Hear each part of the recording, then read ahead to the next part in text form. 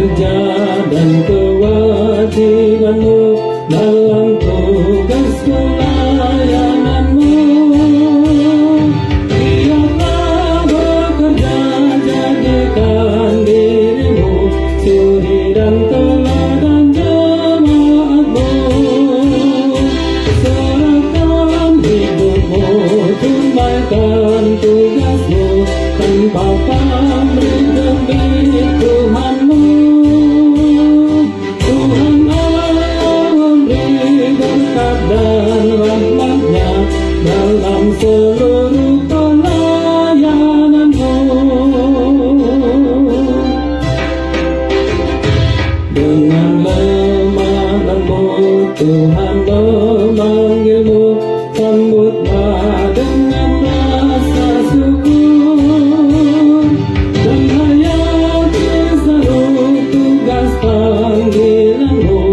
Bawa orang lain pada Tuhanmu. Serahkan hidupmu, tunaikan tugasmu tanpa pamrih demi Tuhanmu.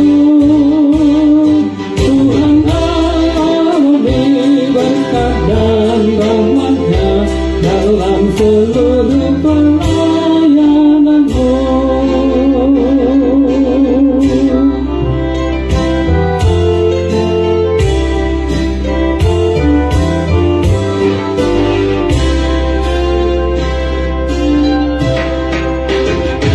Bawalah terangmu ke dunia gelap, firman hidup terang keselamatan,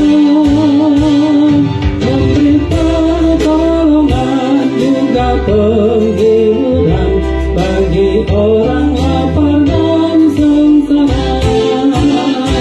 Serahkan hidupmu, tunaikan tugasmu tanpa pamrih demi Tuhanmu. Tuhan Allah memberi berkat dan rahmat-Nya dalam seluruh pelayananmu. Sungguh banyak kerja dan kewajibanmu dalam tugas pelayananmu.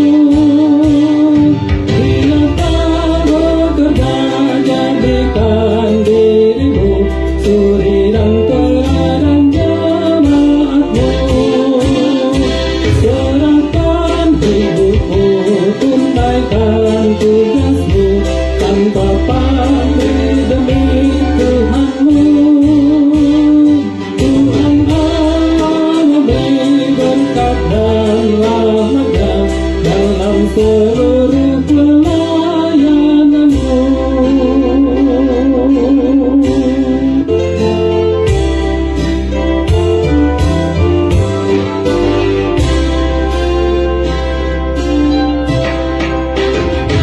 Dengan lembut Tuhan memanggilmu, sambutlah dengan rasa syukur dan hayati selalu tugas